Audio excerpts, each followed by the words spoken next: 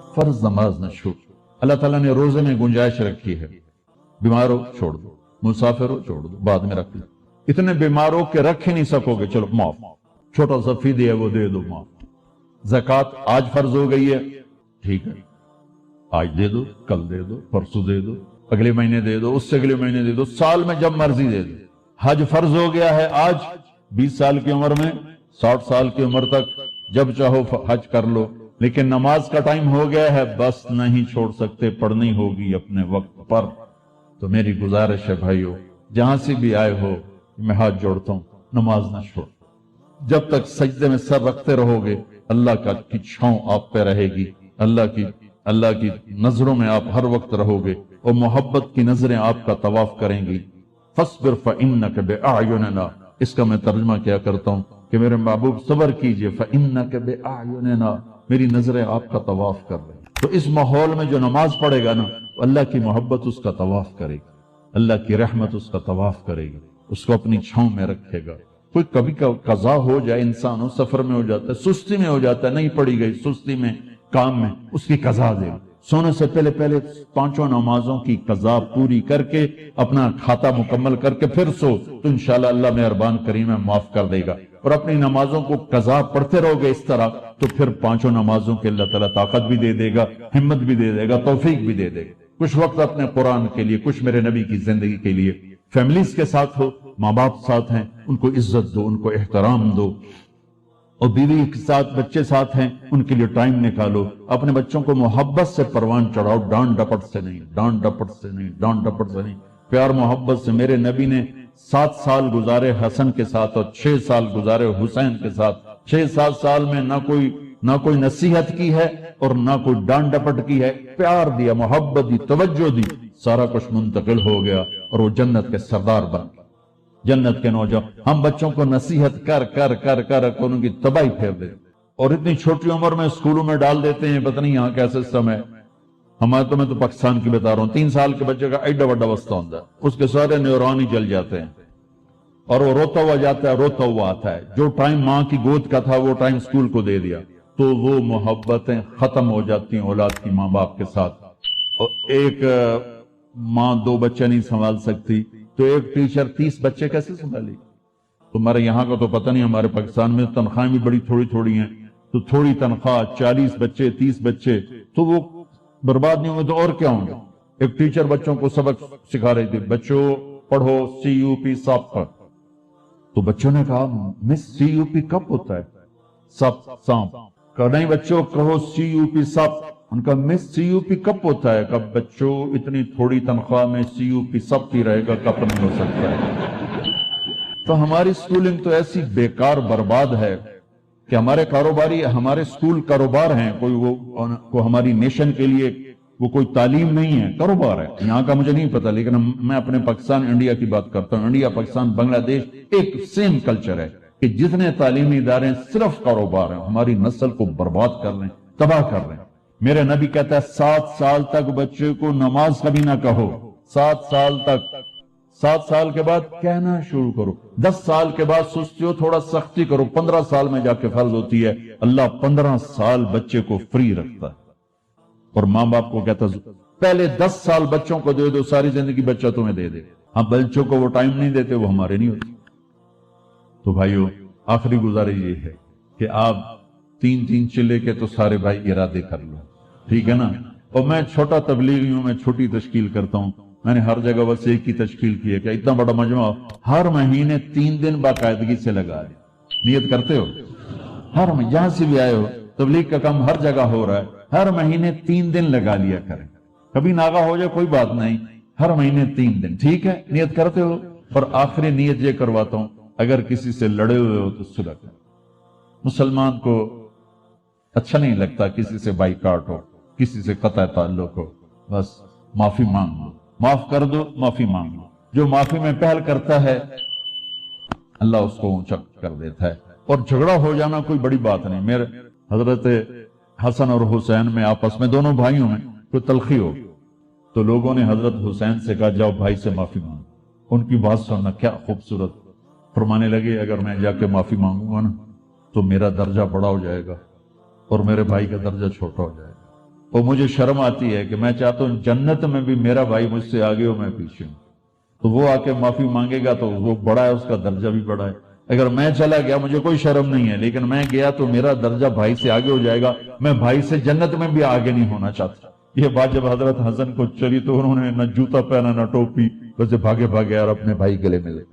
حضرت علی کے ایک دوسرے بیٹے تھے، ان کی ماں حنفیہ تھی، یہ تو حسن بن فاطمہ ہے، حسین بن فاطمہ، وہ محمد بن حنفیہ تھے، ان کا اور حضرت حسن کا جھگڑا ہو گیا، تو حضرت محمد بن حنفیہ نے حضرت حسن کو خط لکھا کہ میرے بھائی آپ فاطمہ کے بیٹے ہیں، میں حنفیہ کا بیٹا ہوں، تو جیسے میری ماں فاطمہ جیسی نہیں ہو سکتی، میں آپ جیسا نہیں ہو سکتا، آپ میرے بڑے ہیں، آپ آ کے مجھ سے معافی مانگ لیں تاکہ آپ کا درجہ بڑھے۔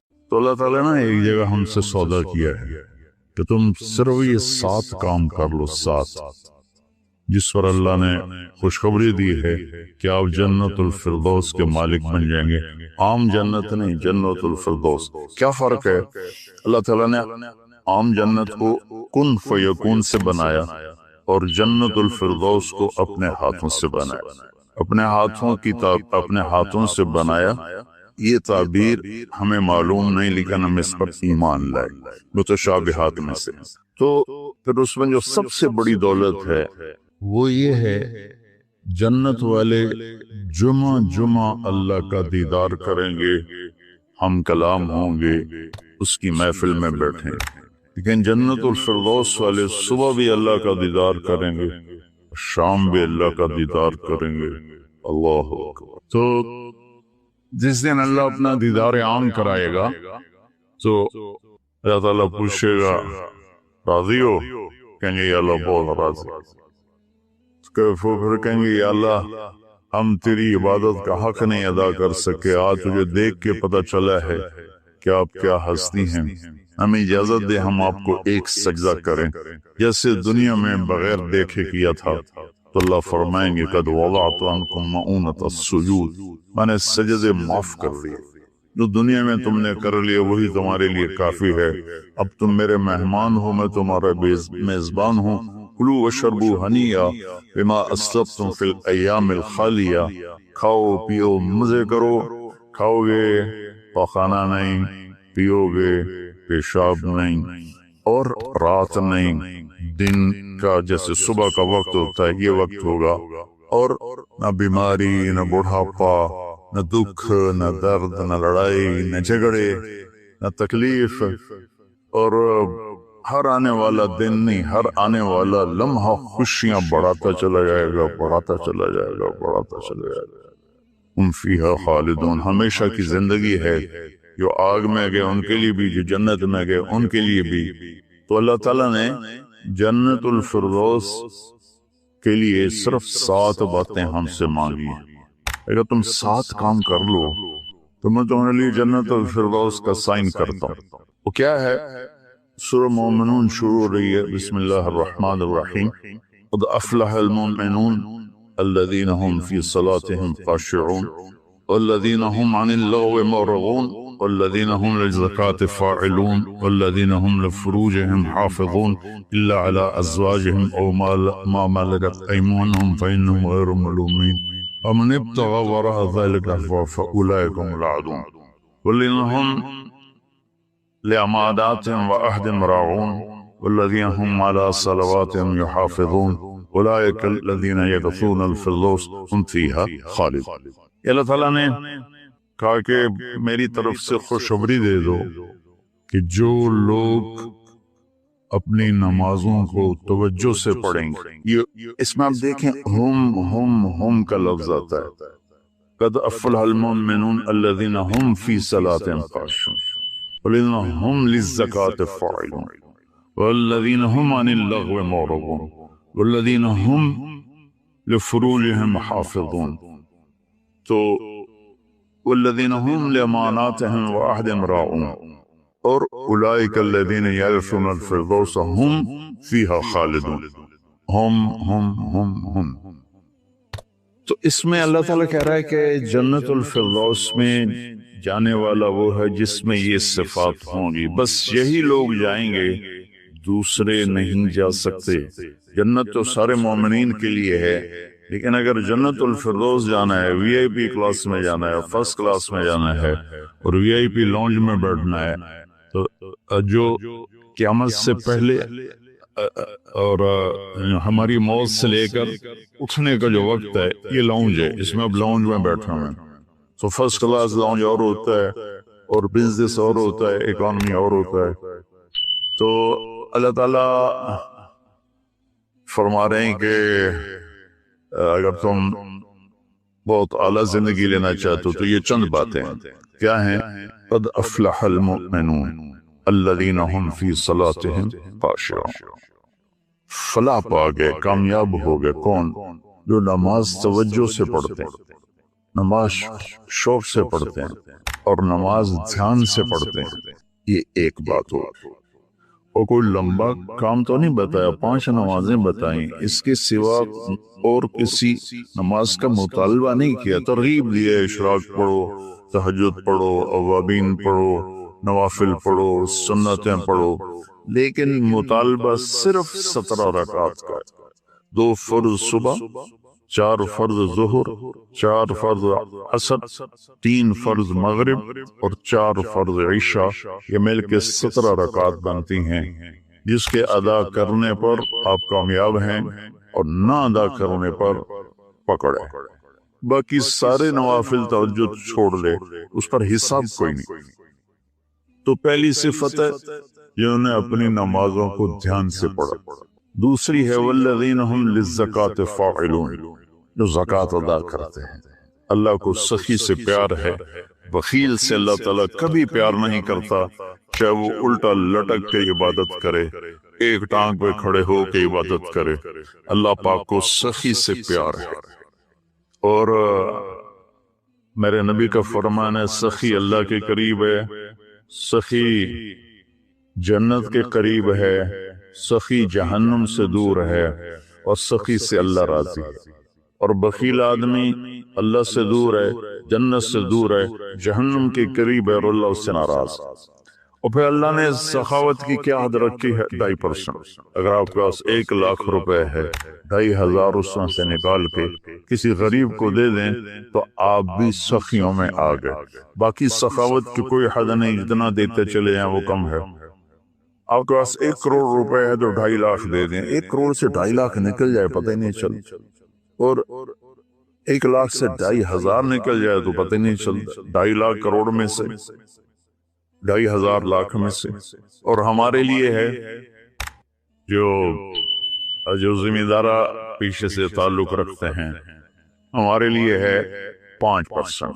اگر میرے چاول 100 من ہوئے ہیں تو اس میں 5 من غریب کا حصہ ہے۔ میری 100 من گندم ہوئی ہے، اس میں 5 من غریب کا حصہ ہے۔ میری کپاس 100 من ہوئی ہے، اس میں 5 من غریب کا حصہ ہے۔ تو دوسری صفت اللہ نے بتائی والذین هم للزکاة فاعلون۔ تیسری بتائی والذین هم عن اللغو معرضون، جو اپنا وقت ضائع نہیں کرتے فضول باتوں میں، فضول چیزوں میں، اور اپنے ٹائم کی قدر جانتے ہیں، اپنے ٹائم کو قیمتی مناتے ہیں۔